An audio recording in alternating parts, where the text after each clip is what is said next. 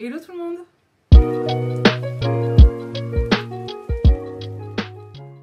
Aujourd'hui, on se retrouve pour une nouvelle petite revue lecture et pas des moindres parce que je vais vous parler d'un nouveau livre que je viens de lire et que j'ai tout simplement adoré. Voilà, je spoil dès le début de la vidéo. C'est un petit bijou, c'est une nouveauté plume du web. C'est donc le nouveau bébé de Marina ML.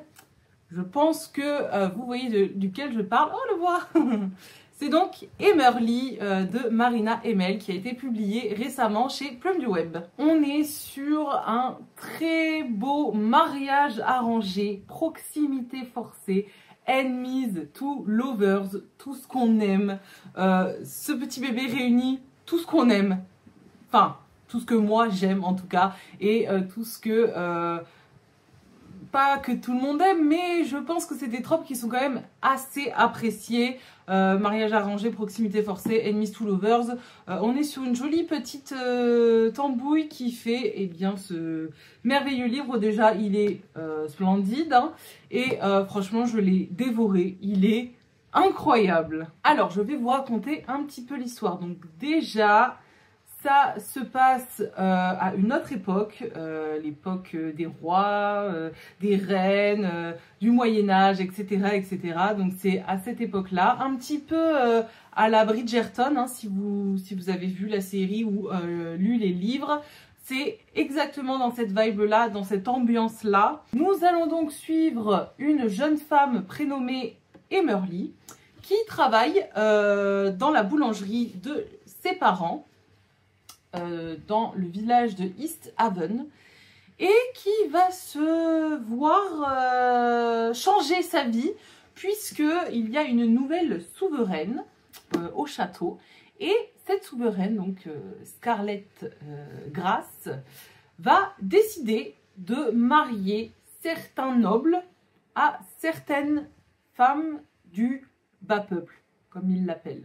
Et du coup, Emmerly est choisie par la reine pour épouser notre très cher Farrell.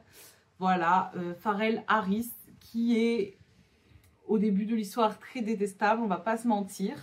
C'est un noble, donc c'est un comte qui est un petit peu dans la débauche, on va dire. Voilà, s'il va... se réfugier auprès des filles de joie tous les soirs, picoler, etc., etc. Voilà, la reine aimerait bien qu'il se recentre sur ses obligations et du coup, elle va donc le marier de force à Emmerly qui n'a rien demandé. Voilà comment commence l'histoire. Donc, on va dire que la moitié du livre, c'est sur ce mariage arrangé, donc Emmerly qui arrive au château, qui quitte sa maison, sa famille, etc. Et petit à petit, bah voilà, jusqu'au mariage. Après, ils vont être contraints de vivre ensemble, évidemment, vu qu'ils sont mariés. Et bah, ils se détestent, honnêtement. Elle le déteste, lui, il la déteste. Voilà, ils se détestent. C'est un enemies to lovers, donc forcément, à un moment donné, ils vont arrêter de se détester. Mais bon, ça, il faut le lire pour voir un petit peu comment ça se passe. Mais, et après, il y a d'autres... il y a une autre histoire que leur mariage, ça avance, on va dire. Leur relation évolue, etc. Mais voilà pour ce qui est un petit peu du résumé de l'histoire. Alors, pour ce qui est de mon avis, je l'ai adoré. Voilà. On va pas revenir là-dessus. Non, franchement, j'ai adoré déjà la plume de Marina. Quand j'avais lu Le Serpent et la Mule, j'avais vraiment accroché. Et là, c'est pareil, je l'ai retrouvée et elle nous plonge dans l'univers qu'elle a envie de nous faire découvrir à chaque fois. Et je trouve ça vraiment merveilleux. Ce truc qu'elle a c'est tellement immersif, honnêtement. Moi, je sais que quand je lis, j'arrive à voir toutes les scènes dans ma tête, etc. J'imagine beaucoup bah voilà, les personnages par rapport aux descriptions. Et du coup, en fait, c'est tellement immersif. Franchement, des fois, j'ai l'impression de regarder un film alors que je suis en train de lire, quoi. Donc ça, c'est... Ah! Tout est tombé!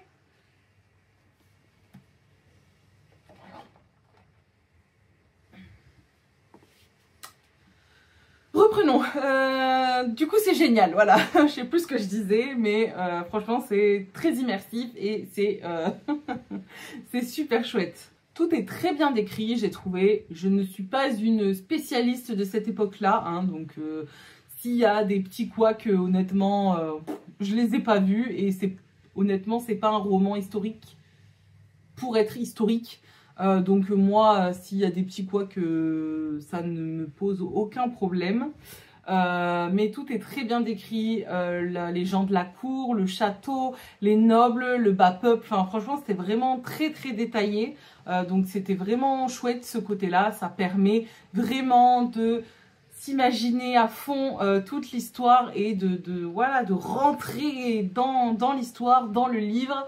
Ça c'est vraiment quelque chose que j'apprécie énormément avec la plume de Marina. Évidemment, comme c'est un Enemies to Lovers, on a un très joli slow burn. Vraiment, je trouve que c'est un des meilleurs slow burn que j'ai pu lire. Enfin, un des meilleurs Enemies to Lovers également. Dans le sens où il y a vraiment toute la réflexion des personnages sur leurs sentiments, ce qu'ils éprouvent, etc. Mais ça se fait pas rapidement, hein. Vraiment, il faut au moins la moitié du livre avant que...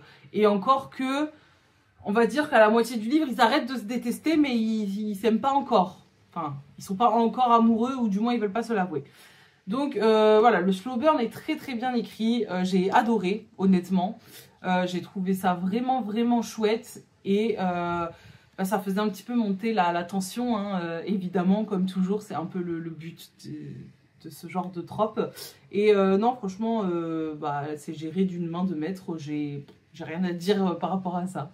Je trouve que le roman est très bien équilibré. C'est un peu les montagnes russes entre des moments de joie, de rire, de tristesse. J'ai vraiment bien aimé parce qu'on passe par plein d'émotions quand on lit ce livre. Il y a une scène, je ne spoilerai pas, ne vous en faites pas, mais il y a un chapitre ou deux, enfin voilà, une partie de l'histoire qui est vraiment très triste. Il y en a plusieurs, mais cette partie-là à laquelle je pense, et si vous avez lu le livre, je pense que vous saurez à laquelle je pense, qui est vraiment très très très très triste. Et j'ai chialé, hein, évidemment.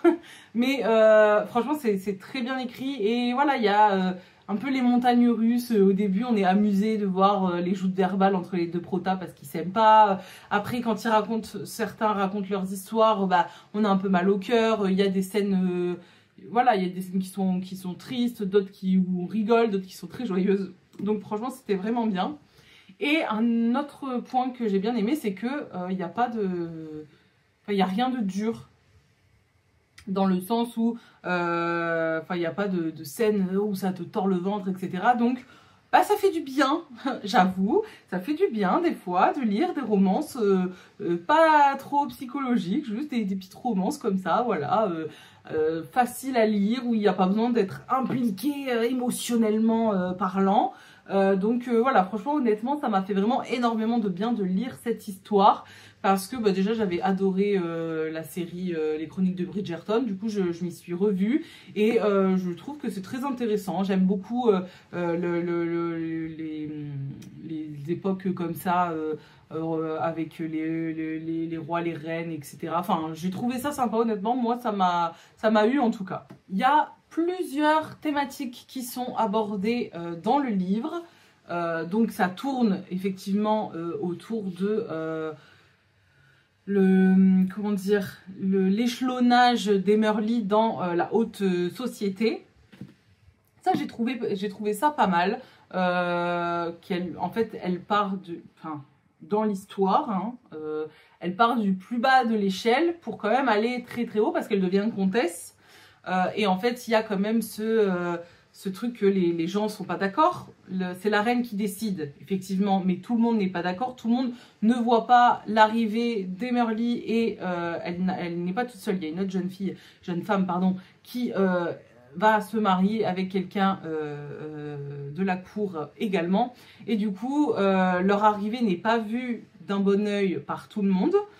Donc voilà, il y a vraiment cette différence sociale notable, mais plus que notable parce que là on est vraiment les deux opposés, quoi, les pauvres, les riches, Et à l'époque, c'était encore plus significatif que à notre époque actuelle.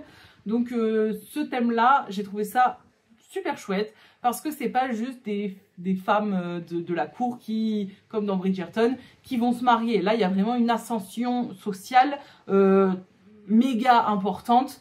Et du coup, voilà, ce thème-là, je l'ai trouvé très bien abordé et franchement, ça m'a vraiment plu. Il y a une certaine critique de l'aristocratie également, notamment, voilà, quoique, j'allais dire notamment des hommes, mais un petit peu des femmes, en mode elles se mettent des bâtons dans les roues et elles sont hyper vicieuses.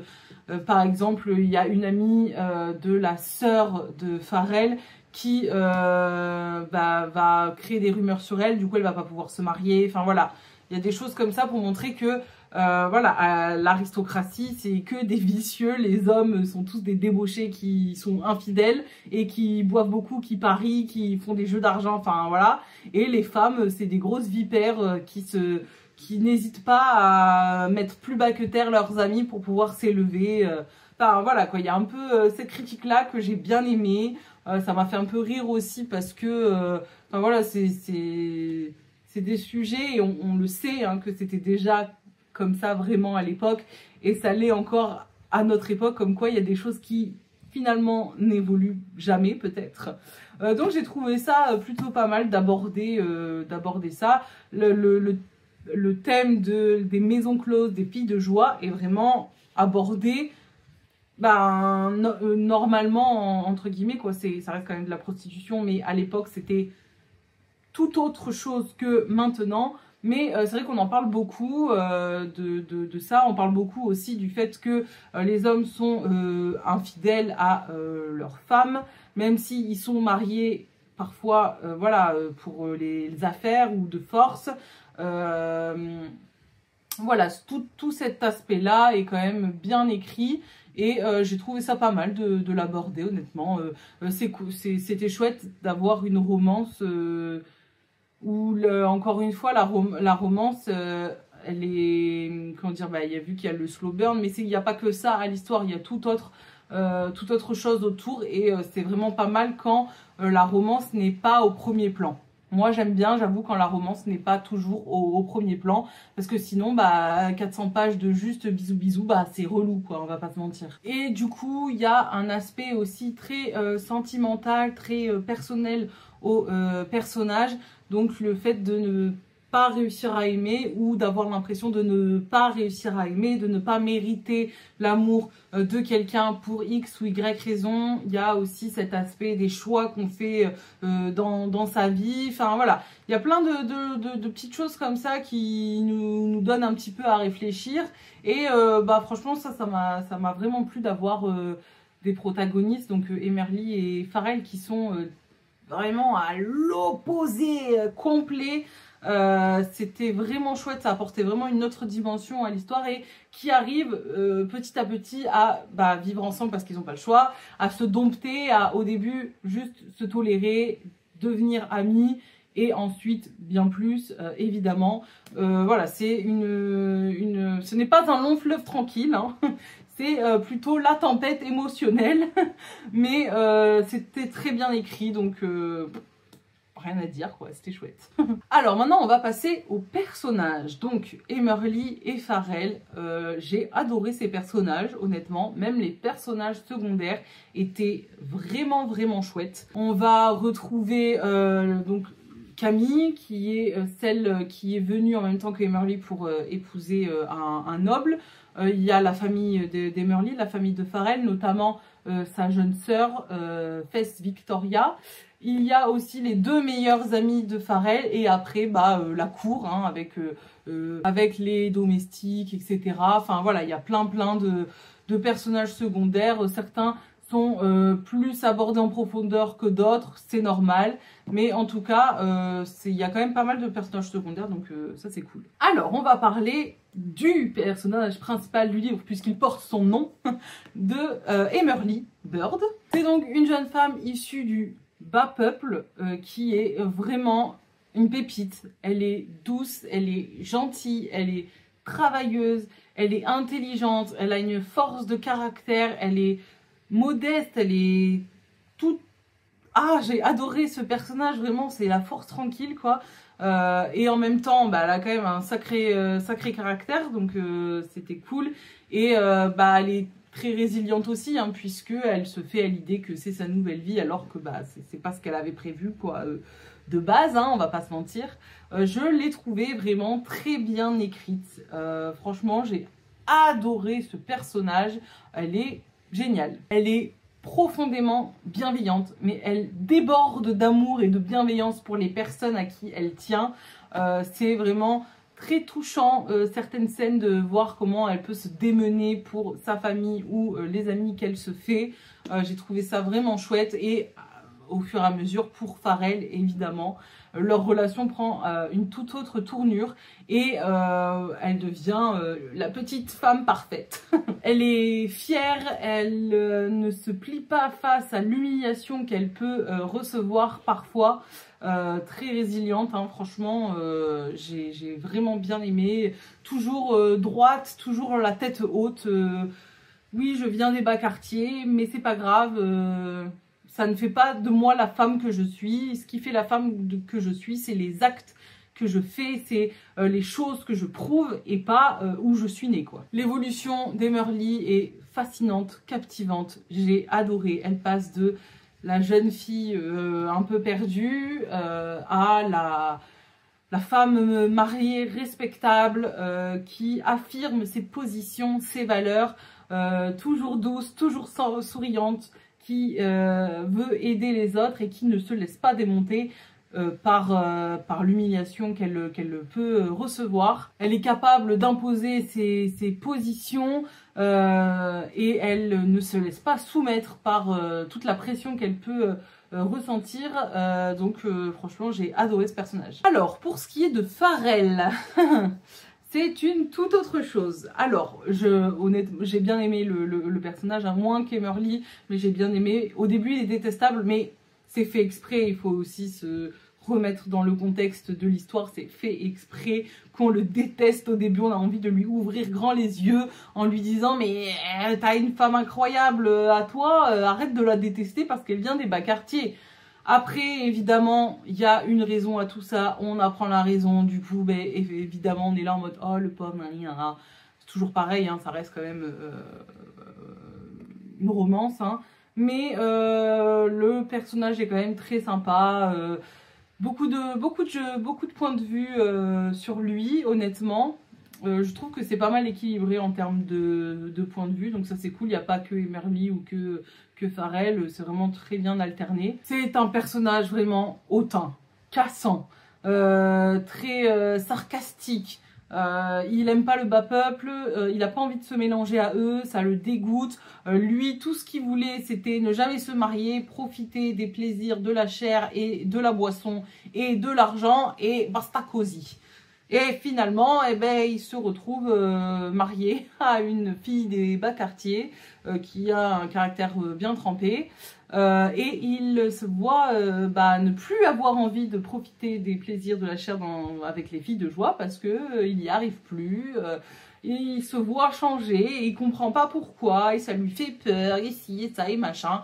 Et bon, bah, finalement, à la fin, il devient pépite, exceptionnel, on l'adore à la fin, vraiment, il est hyper mignon, hyper touchant, il est vraiment là pour Emerly, pour la protéger, la secourir, l'épauler, l'aimer, enfin franchement leur relation devient incroyable et on oublie un petit peu que ça a été un salopard, quoi. Il a par contre beaucoup de blessures émotionnelles qu'il cache, on va dire. Donc voilà, Emerly va tout doucement l'éplucher comme une petite pomme de terre pour découvrir le cœur, plutôt comme un artichaut.